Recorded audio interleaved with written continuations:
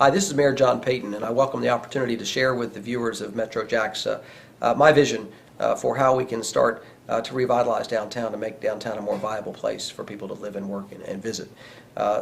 This segment, I'd like to talk about my thoughts on the convention center and really what we're doing to really prepare Jacksonville to be more competitive in this particular sector, the convention center sector.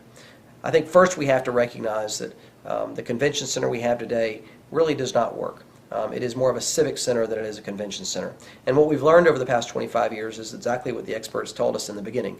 It is hard to succeed in this business without an adjacent hotel, without an entertainment district nearby, and a generous amount of exhibition space. We don't have any of those must-have conditions to enable this convention center to work.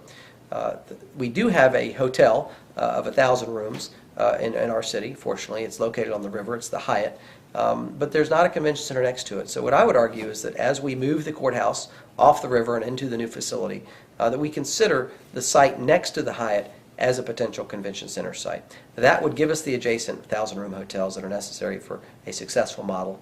It puts you in close proximity to what is emerging as an entertainment district on Bay Street, and it would give you ample space for exhibitions in conjunction with the meeting space that the Hyatt already has. We don't have the dollars to do this today, but I think it's important we start to build a consensus for the notion of moving it.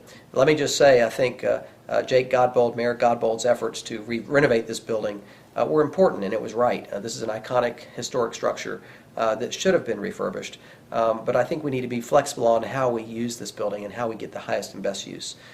So I would encourage, in the next few months, a lot of discussion in our community about how long-term we make the convention center business viable if this is a business we choose to be in.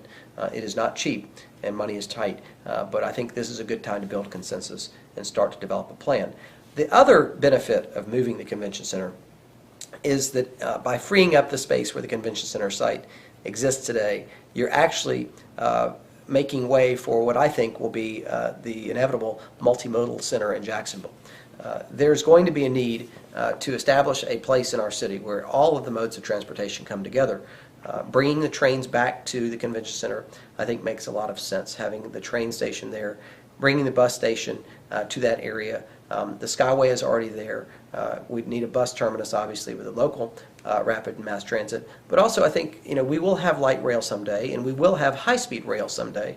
High-speed rail, I think, will likely follow the interstate corridors up and down the East Coast, I-95. 95 goes right by the convention center. So we really have an ideal location where all these modes of transportation can come together and serve this region, I think, for many decades once it's established.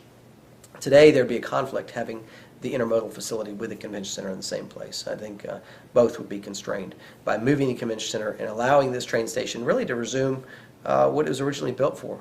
Our forefathers probably had it right in the beginning when they established this transportation center. That was the first phase of a multimodal center that I think inevitably will be the location to bring all these modes together.